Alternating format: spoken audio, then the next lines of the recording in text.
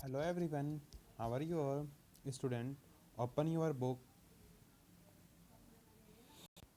Open your book. Student, हम last chapter number 9 discuss कर रहे थे एज यू नो। स्टूडेंट, आज हम डिस्कस करने वाले हैं रोबोट के बारे में। तो फर्स्ट ऑफ ऑल स्टूडेंट, आप सभी ने कभी सोचा होगा कि रोबोट क्या होता है। रोबोट एक ऐसी मशीन है जिसको हम ऑपरेट करते हैं, जिससे हम अपना वर्क कराते हैं, जो रिमूव करता है ह्यूमंस की ये रिक्वायरमेंट को। जैसे कि हमें एक काम करने के लिए कुछ ह्यूमंस की रिक्वायरमेंट थी, उस वर्क को हम रोबोट के थ्रू करा लेते हैं। वही हमारे रोबोट वर्क करते हैं, सेम ह्यूमन की तरह ही वर्क किया जाता है।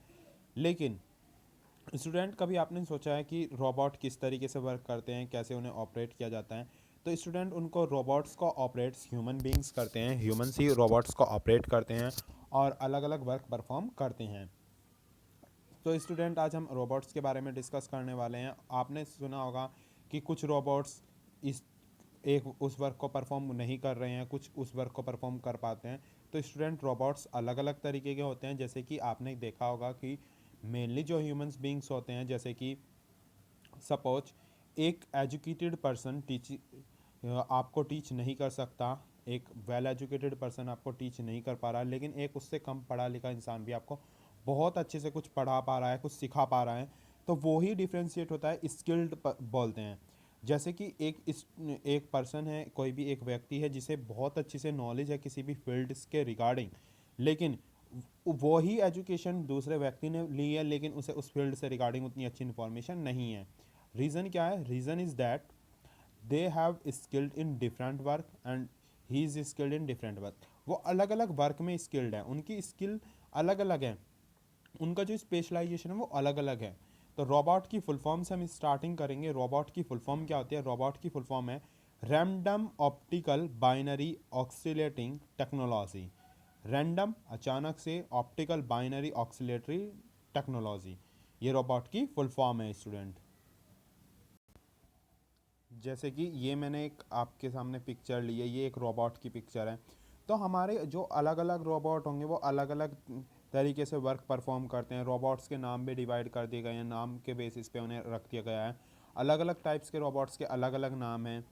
क्योंकि देखिए, जैसे कि आपके अलग अलग स्टूडेंट का अलग अलग नेम होता है, सेम उसी तरीके से रोबोट का भी नेम रख दिया गया है, उनकी कुछ कैरेक्टरिस्टिक को, फीचर्स को, नेचर्स को, इन सब चीज़ों को देखकर उसका नेम रखा गया है। उनकी कैरेक्टरिस्टिक को, सेम बिहेवियर के अलग अलग कैटेगराइज कर दिए गए हैं। तो इसी तरीके से हमारे रोबोट्स के भी नाम है, अलग अलग रोबोट्स के अलग अलग डिफरेंट डिफरेंट नेम्स हैं।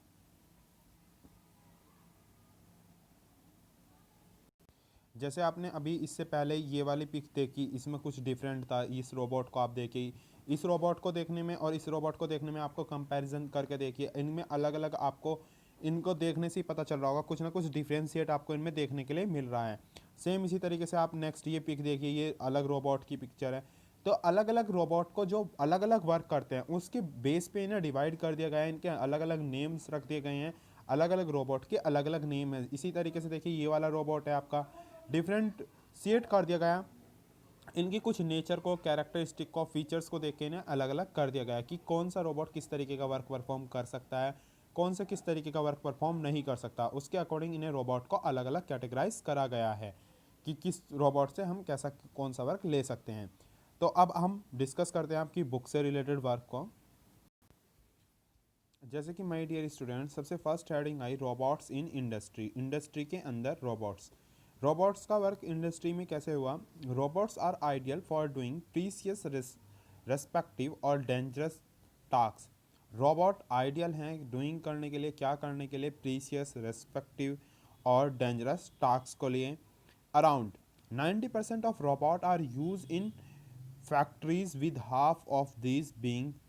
90% जो रोबोट्स हैं वो यूज करे जाते हैं कहाँ पर? फैक्ट्रीज के अंदर यूज करे जाते हैं 90% robot. Half of these beings use in the automobiles industry, जिसमें से आधे, यानी कि 90% रोबोट हमने बताए हैं कहाँ पर यूज़ कर जाते हैं? फैक्ट्रीज के अंदर यूज़ कर जाते हैं, जिसमें से आधे मतलब हाफ कितने हुए? उसके 45% रोबोट किस में यूज़ कर जाते हैं? ऑटोमोबाइल इंडस्ट्री में। 90% आपके टोटल ओवरऑल रोबोट फैक्ट्रीज के अंदर यूज़ कर जाते हैं, उसमें से आपके half of the robot automobile industry के अंदर यूज़ कर जाते हैं। Robot are robotics arms are frequently use for, robot के रोबोटिक्स आर्म्स होते हैं वो फ्रिक्वेंटली यूज़ कर जाते हैं, उनको फ्रिक्वेंटली यूज़ करते हैं किस चीज़ के लिए, जैसे कार मैन्युफैक्चरिंग के लिए आपके रोबोट यूज़ करे जाते हैं। मिलिट्री बॉम्ब डिस्पोजल, मिलिट्री किस चीज़ के लिए यूज़ करती है, बॉम्ब को डिस्पोज करने के लिए, डिस्पोजल करने के लिए ये भी रोबोट का यूज़ करा जाता है। रोबोट का यूज़ करने से हमें एक बेनिफिट ये भी मिलता है, इन केस अगर आप बॉम्ब डिफ्यूज़ कर रहे हैं, कोई भी प्रॉब्लम आ जाती है इन केस, तो आपका ह्यूमन को कोई डेंजर्स नहीं है, ह्यूमन को उससे प्रॉब्लम नहीं हो पाती। अगर वहीं पर हम रोबोट की जगह बॉम्ब डिस्पोजल का वर्क ह्यूमन से कराएं, तो अगर वहाँ पर इन केस कोई प्रॉब्लम अगर हो जाती है, इफ़ एनी इमरजेंसी और any incident is occurring on that time, then it is danger for the humans। Next is weapon, weapon में भी इसका यूज़ करा जाता है। आर्मी आर्मी सर्विलेंस के अंदर भी रोबोट का यूज़ करते हैं। नेक्स्ट इज मेडिकल, सर्जरी के लिए ही रोबोट का यूज़ करा जाता है। एक्सरे लाइफ सपोर्ट, एक्सरे में लाइफ सपोर्ट में हम रोबोट का यूज़ करते हैं। जैसे मेडिकल में हम सर्जरी कर रहे हैं, हम रोबोट की सर्जरी करना सिखाते हैं या रोबोट से सर्जरी करना रोबोट पर अप्लाई करना सीख लें। एक्सरे करना रोबोट के हम एक्सरे कर लें। जैसे हम किसी को ट्रेन कर रहे हैं, किसी स्टूडेंट है कोई हमारा, उसको हम अब ट्रेन करना चाहते हैं है तो हम कैसे कर सकते हैं, उसको हम एक्सरे रोबोट्स के एक्सरे करने सिखा सकते हैं। लाइफ को सपोर्ट करना सिखा सकते हैं। उसके बाद हम स्पेस, स्कैटल international space station mark rovers, shuttles का रख सकते हैं, इंटरनेशनल स्पेस स्टेशन कर सकते हैं, मार्क्स रोवर भी कर सकते हैं। तो एक बार स्टूडेंट मैं फिर से ब्रीफली आपको बता देता हूँ रोबोट्स इन इंडस्ट्री। रोबोट का हमने इंडस्ट्रीज़ में यूज़ करना स्टार्ट कर दिया, रोबोट से हमने अपनी इंडस्ट्री के अंदर वर्क कराना स्टार्ट कर दिया। हम कैसे कैसे रोबोट का यूज़ करते हैं अपनी इंडस्ट्री के अंदर, यही हम इसमें पढ़ने वाले हैं, डिस्कस कर रहे हैं। तो हम रोबोट का क्या क्या यूज़ करते हैं इंडस्ट्री के अंदर, रोबोट का हम यूज़ करके हम वर्क कराते हैं अपनी इंडस्ट्री के अंदर। हम कोई भी वर्क रोबोट से करा सकते हैं। एज़ यू नो स्टूडेंट, आज के टाइम पे हम रोबोट से अपना बहुत सारा वर्क करा सकते हैं। हम रोबोट से प्रीसियस वर्क को भी करा सकते हैं, डेंजरस वर्क को भी करा सकते हैं। जो डेंजरस टास्क हैं, जिनके अंदर हमें बहुत ज़्यादा खतरा है, किसी भी तरह का हार्म हो सकता है, उस काम को हम रोबोट की हेल्प से करा सकते हैं। अगर हम रोबोट से वो काम कराएं जिसमें हमारे ह्यूमंस को कोई नुकसान है, कोई हार्म्स हो सकता है, then it is beneficial for us. जिस वर्क में अगर ह्यूमन को कोई हार्म हो सकता है, कोई खतरा है, अगर हम उस वर्क को रोबोट की हेल्प से कराते हैं, रोबोट से कराते हैं, then it is beneficial for us, beneficial for human beings. Around 90% of the robot, student underline कर लीजिए इस लाइन को, around 90% of robots are use in a factories. कितने परसेंट रोबोट यूज होते हैं फैक्ट्रीज के अंदर? 90% रोबोट्स यूज होते हैं आपके फैक्ट्रीज में, with half of these being use in the automobile industry. इसमें से कितने ऑटोमोबाइल इंडस्ट्री में यूज होते हैं? इनके हाफ, मतलब 90% तो हमारे हो रहे हैं किसमें, इंडस्ट्री के यानी कि फैक्ट्री के अंदर रोबोट यूज़ हो रहे हैं। और 90% के हाफ रोबोट कहाँ पर यूज़ हो रहे हैं? ऑटोमोबाइल इंडस्ट्री के अंदर यूज़ हो रहे हैं। जितनी भी आपके ऑटोमोबाइल इंडस्ट्रीज़ हैं उसमें ½ % रोबोट यूज़ हो रहे हैं, यानी कि 90 के हाफ 45% आपके वहाँ पर यूज हो रहे हैं।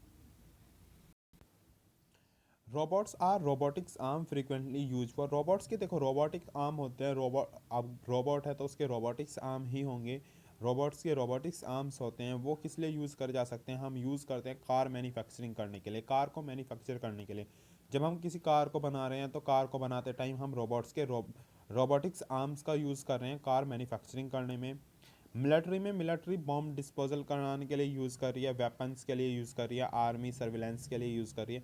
इस तरीके से मिलिट्री के अंदर भी यूज़ करा जा रहा है, डिफरेंट वर्क के लिए यूज़ करते हैं। As you know my dear student, we are using the robots for the different purpose and different work. हमारे नंबर्स ऑफ टास्क हो सकते हैं, नंबर्स ऑफ वेरियस वर्क हो सकते हैं हमारे, हम वेरियस वर्क के लिए अपने रोबोट्स का यूज कर रहे हैं। जैसे कि मिलिट्री में भी हम यूज़ कर रहे हैं, हम मेडिकल के अंदर भी यूज़ कर रहे हैं, स्पेस में भी हम यूज़ कर रहे हैं। मेडिकल में हमें कुछ वर्क है, हम उसके लिए भी रोबोट का यूज़ कर रहे हैं। स्पेस के अंदर भी हम रोबोट का यूज़ कर रहे हैं। तो वही बात बोली गई है। अब इसके बाद हमारा ये क्लियर हो गया। देखिए आप, अब हम बायोनिक मैन के बारे में डिस्कस कर लेते हैं। बायोनिक मैन हमारा एक रोबोट था जिसका नाम क्या रखा गया, बायोनिक मैन। क्योंकि मैंने बताया आपको हमारे अलग अलग रोबोट्स के अलग अलग नाम रखे गए उनकी कैरेक्टरिस्टिक नेचर फीचर को देखते हुए। जो वर्क कर सकता था उस वर्क के अकॉर्डिंग उन्हें डिवाइड कर दिया गया, अलग अलग कैटेगरीज के अकॉर्डिंग उनको डिवाइडेशन कर दिया गया।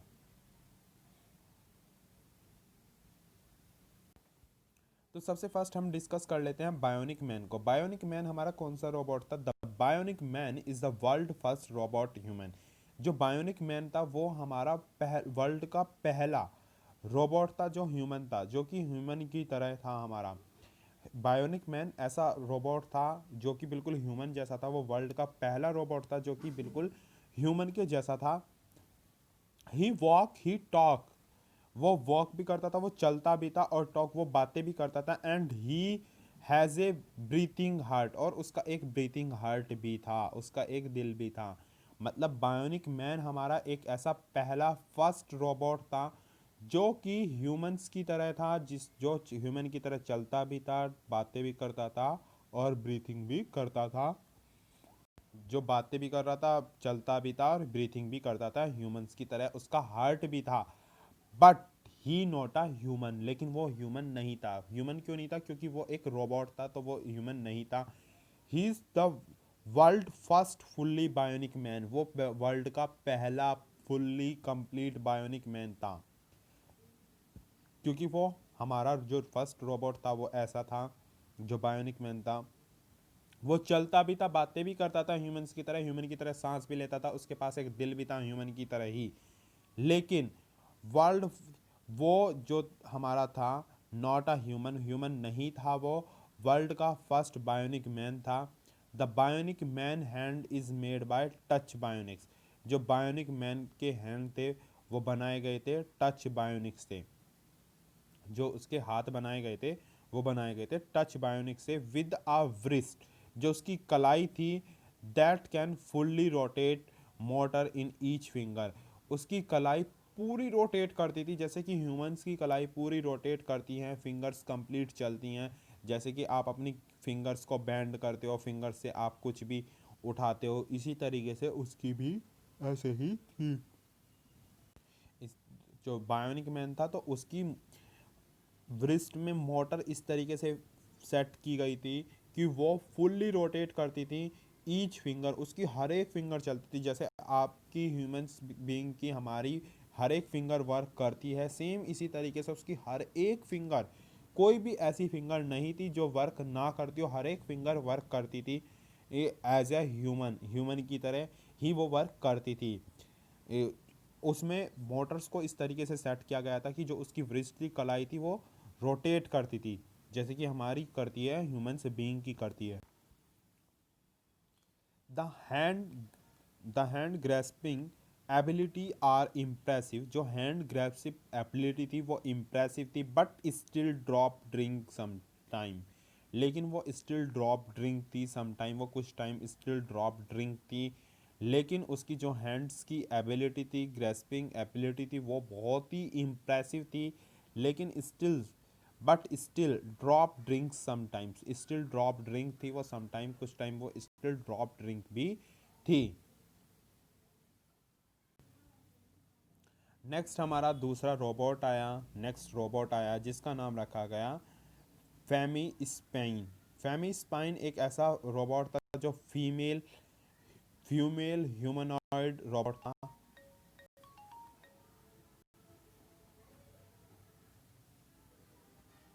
ये हमारा फीमेल रोबोट था। जो हमारा ये रोबोट आया वो हमारा एक फीमेल रोबोट था। जो it can respond to sign sound, जो रेस्पॉन्ड करता था, साइन करता था, साउंड करता था। ये हमारा फीमेल रोबोट था। और it can respond to sign sign sound and touch and can be program with sequence of movement. जो कि हमारा साउंड भी करता था, जिसके अंदर कुछ आवाज़ भी थी, जो साइट भी करता था, और जिसको टच करा जाता था, जिसमें कुछ प्रोग्राम्स बनाए गए थे सीक्वेंस ऑफ मूवमेंट के लिए। जितनी भी उसके अंदर मूवमेंट होती थी, जितनी भी मूवमेंट करी गई थी, उन सब के लिए कुछ ना कुछ प्रोग्राम बनाए गए थे। जैसे कि मैंने आपको प्रोग्रामिंग करनी सिखाई थी, हम प्रोग्राम बन के कुछ वर्क करते थे प्रोग्राम बनाकर। सेम उसी तरीके से उसमें प्रोग्राम्स पर सेट किया गया था, सीक्वेंस थी मूवमेंट करने की। हमारे पास प्रोग्राम्स थे जिनसे हम उसे टच करने के बाद सीक्वेंस ऑफ मूवमेंट कर सकते थे, अलग अलग मूवमेंट कर सकते थे। मतलब फॉर हैंड मूवमेंट करानी है, हमें लेग्स की कोई मूवमेंट करानी है, या हमें कहीं से कुछ उससे वर्क कराना है, तो उसके लिए सीक्वेंस ऑफ मूवमेंट थे।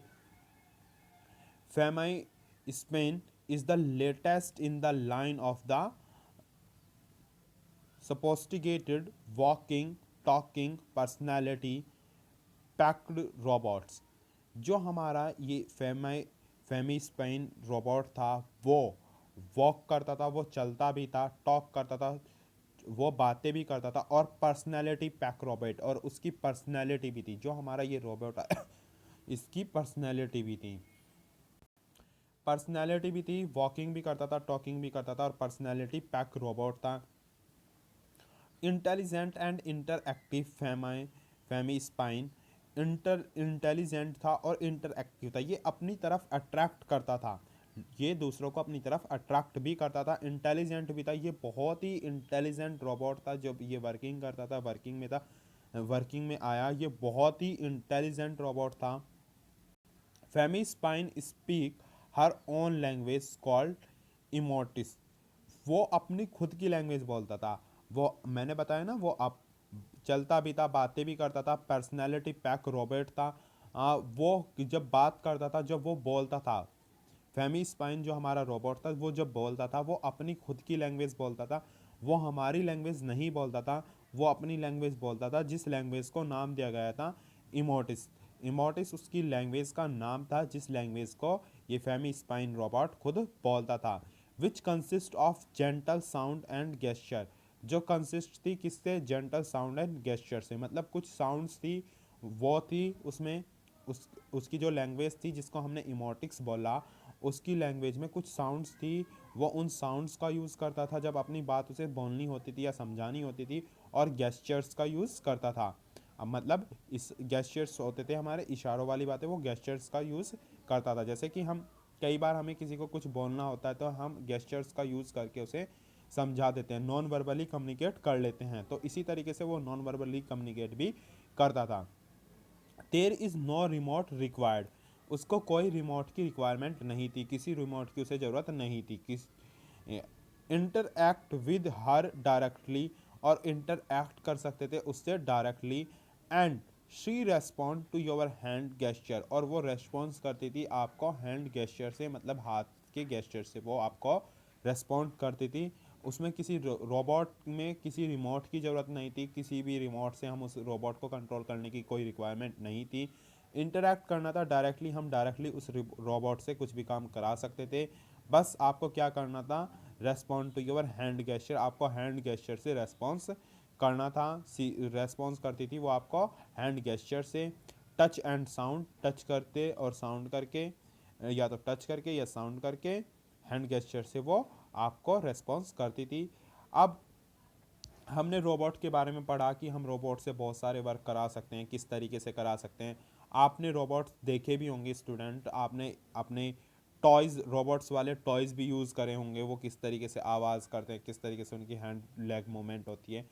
इसी तरीके से आपने मूवीज़ वगैरह में भी रोबोट्स को देखा होगा कि हम किस तरीके से उनसे कंट्रोल करके किस तरीके से हम उनसे वर्क करा सकते हैं। या आपने किसी ने देखा भी हो स्टूडेंट, रोबोट को हम कंट्रोल कर सकते हैं, हम उनसे अपने अकॉर्डिंग वर्क करा सकते हैं, कंट्रोल करके उनसे हम अपने अकॉर्डिंग, अपने व्यू के अकॉर्डिंग अपने वर्क करा सकते हैं। तो रोबोट्स में मैंने आपको बताया कि रोबोट्स का कैसे कैटेगराइज करा गया, उनके नेचर, फीचर, कैरेक्टरिस्टिक के अकॉर्डिंग उन्हें अलग अलग कर दिया गया। अलग अलग रोबोट के अलग अलग नाम रखे गए। अब रोबोट्स, मैंने दो तरह के रोबोट्स आपको पढ़ाए भी, बायोनिक मैन रोबोट और फेमी स्पाइन रोबोट। बायोनिक मैन की क्या कैपेबिलिटी थी, क्या उसकी एबिलिटी थी, और फेमिमाइज की क्या एबिलिटी थी, मैंने दोनों के बारे में आपको पढ़ाया है। अब हम इन दोनों रोबोट के बाद हम रोबोट्स की फीचर्स की बात कर लेते हैं फेमी स्पाइन में। भी मैंने आपको डिस्कस कर लिया है। अब हम फीचर की बात कर लेते हैं। 3 मोड ऑफ इटरेशन, 3 मोड बताए हैं इन्होंने इटरेशन के। 3 मोड होते हैं इटरेशन के, वो हम डिस्कस कर लेते हैं। वो 3 मोड कौन कौन से हैं इटरेशन के। सो स्टूडेंट, हम तीनों मोड के बारे में पढ़ रहे हैं अब। सो हमारा फर्स्ट मोड है लर्निंग मोड। लर्निंग मोड जिसमें हम सीख रहे हैं उसको हम बोलते हैं learning mode. Can be program with a sequence of movement, हम इसे प्रोग्राम कर सकते थे सीक्वेंस ऑफ मूवमेंट से। सीक्वेंस ऑफ मूवमेंट का यूज़ करके हम प्रोग्राम करते थे। लर्निंग मोड होता है जिसमें हम सीख रहे हैं, सीखना चाहते, सीख रहे हैं, सिखा रहे हैं, वो हमारे लर्निंग मोड होते हैं जिसमें हम प्रोग्राम कर सकते थे सीक्वेंस ऑफ मूवमेंट्स में। Now we will discuss about next mode. Next one is responsive mode. Responsive mode में क्या होता है? Responsive mode हमारा make her response to walk command, उसका response बनाना, जो हमने भेजा उसका response करना, response banana to walk command, walk command के लिए make her response to walk command, walk command के लिए response करना। And also you can interact with her, और आपको इंटरेक्ट करना, you can interact with her as a react to your sound, as a react to your sound, जैसे कि आपकी sound का रिएक्ट करना। और वॉच हर परफॉर्म, और वॉच करना उसकी परफॉर्म को, कॉमेडी को, सेंस को, विद यू और अनदर रोबोट, विद यू और अनदर रोबोट, आपके साथ और अनदर रोबोट के साथ। तो इन्होंने क्या बोला? Make her response to walk command, response देखना और वॉक करना कमांड को। And also you can interact with her, आपका इंटरेक्ट करना with her H C react to your sound, जैसे कि वो रिएक्ट करती है आपकी साउंड का। और वॉच हर परफॉर्मेंस, वॉच करना उसकी परफॉर्मेंस को, कॉमेडी सीन्स को, विद यू और अनदर रोबोट, आपके साथ या किसी अनदर रोबोट के साथ। रेस्पॉन्सिव मोड में क्या बताया? रेस्पॉन्सिव मोड में मेनली यही बताया गया है कि वॉक करना कमांड को, आपके इंटरएक्ट करना, और सी रिएक्ट, वो रिएक्ट करेगी जैसे कि यू साउंड, आप साउंड करोगे। Watch her perform comedy scenes, आपको वॉच करना उसके परफॉर्मेंस को, कॉमेडी सीन्स को और अनदर रोबोट्स को। Next is our third mode is attentive mode. Attentive mode क्या होता है? तो नेक्स्ट वन इज थर्ड हमारा है अटेंटिव मोड। अटेंटिव मोड में क्या होता है? You can activate action such as autonomous, आप एक्टिवेट कर सकते हो एक्शन को सच एज ऑटोनोमस, ऑटोनोमस की तरह आप एक्टिवेट कर सकते हो और अपने एक्शंस को। उसके बाद है wondering, wandering, blowing, kisses, pose, holding hand, dancing, balancing, and she will even energy you in conversation. वो कैसे ऑटोनोमस वॉन्डिंग करती थी, ब्लोइंग कर सकती थी, किसिस कर सकती थी, पॉज दे सकती थी, होल्डिंग कर सकती थी हैंड, मतलब अपने हाथ को होल्ड करके रख सकती थी, डांस भी कर सकती थी, बैलेंसिंग भी कर सकती थी, वो अपना बैलेंस भी बना सकती थी, अब डांस भी कर सकती थी। And she will even energy you in conversation, और वो आपके साथ कन्वर्सेशन भी कर सकती थी, मतलब आपके साथ बातचीत भी कर सकती थी। जो हमारी स्पेन रोबोट थी वो इतनी इंटेलिजेंट थी और वो इतनी कैपेबल थी कि वो डांस भी कर सकती थी, होल्डिंग हैंड भी कर सकती थी, पॉजेस भी दे सकती थी, अपना बैलेंस भी बना सकती थी और कन्वर्सेशन भी कर सकती थी। अब हम इसके बाद बातें करते हैं रिसेंट डेवलपमेंट की। हमने अब तक रोबोट के बारे में पढ़ा कि रोबोट किस तरीके से किस तरीके से वर्क कर सकते हैं, हम कैसे कैसे रोबोट्स का यूज़ कर सकते हैं, कैसे कैसे हम रोबोट से वर्क करा सकते हैं। अब हम रिसेंट डेवलपमेंट की बात करते हैं। रिसेंट डेवलपमेंट में क्या होगा? जैसे कि सबसे फर्स्ट हमारा आया 3G। 3G is a short hand for third generation. 3G क्या है? शॉर्ट हैंड है किसके लिए? थर्ड जनरेशन के लिए हमारा 3G शॉर्ट हैंड है। एंड रेफर टू नेटवर्किंग, जो रेफर करता है टू ए नेटवर्किंग। 3G का मतलब है थर्ड जनरेशन, और जो रेफर करता है networking, standard in cell phone technology, standard cell phone technology that is capable of providing, जो कैपेबल है प्रोवाइड करने के लिए हाई लेवल, हाई स्पीड, जो कैपेबल है प्रोवाइड करने के लिए हाई स्पीड डेटा, जो इतना कैपेबल है प्रोवाइड करने के लिए हाई स्पीड डेटा, ये कैपेबल होती है high speed data service to mobile service. High speed की डेटा सर्विस प्रोवाइड करने के लिए मोबाइल सर्विस को providing 3G wireless networking become more widespread. 3G जो आपकी वायरलेस नेटवर्क है वो बहुत ही मोर वायर स्प्रेड है, बहुत ज़्यादा स्प्रेड है। You couldn't connect to and use the internet at practical speed. आप कनेक्ट नहीं हो सकते इंटरनेट से प्रैक्टिकल स्पीड पर, विच सरपास जो सरपास करती है दोस प्रोवाइस previous generation of mobile phone technology। those previous